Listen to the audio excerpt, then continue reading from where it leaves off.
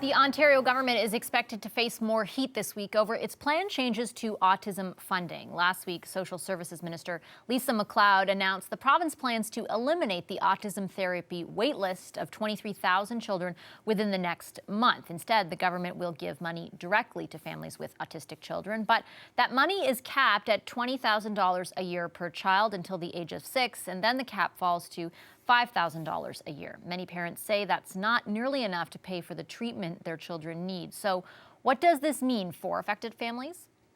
Rosanna Ramirez is a parent of 2 children with autism. She joins me now from Toronto. Hi, Ms. Ramirez. Thanks very much for being with us. Really appreciate it.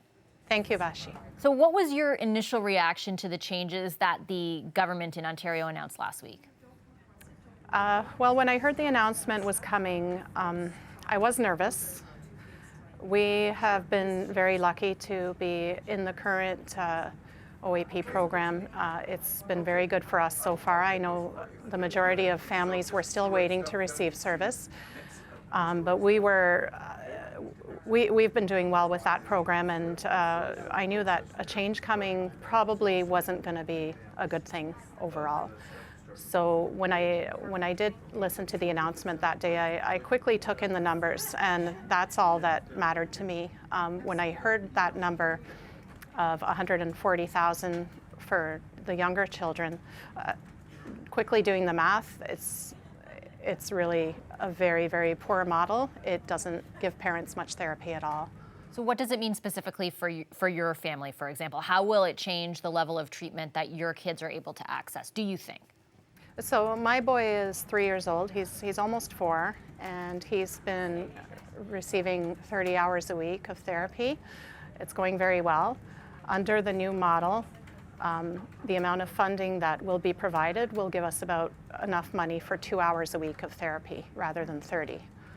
So that's a huge difference. Yes. What kind of impact, what kind of toll do you think that takes on your family, on your kids, emotionally?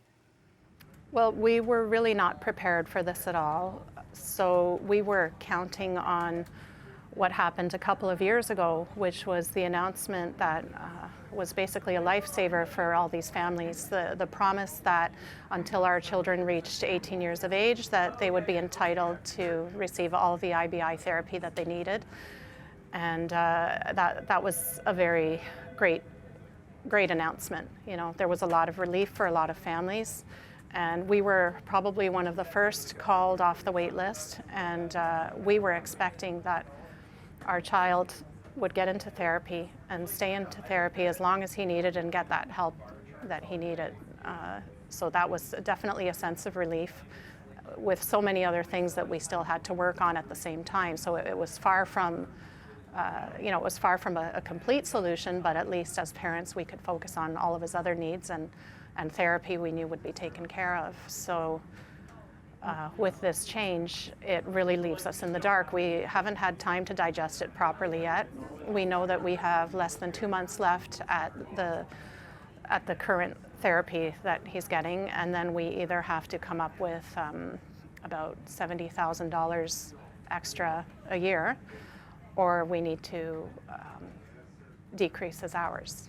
You talked about getting off the wait list. I guess the problem the government says that they're trying to address is that so many kids, thousands of them in fact, were still on that wait list. I take your point about the previous announcement, but I guess what sort of message do you have for the government, or what alternatives do they have if they want to clear that wait list?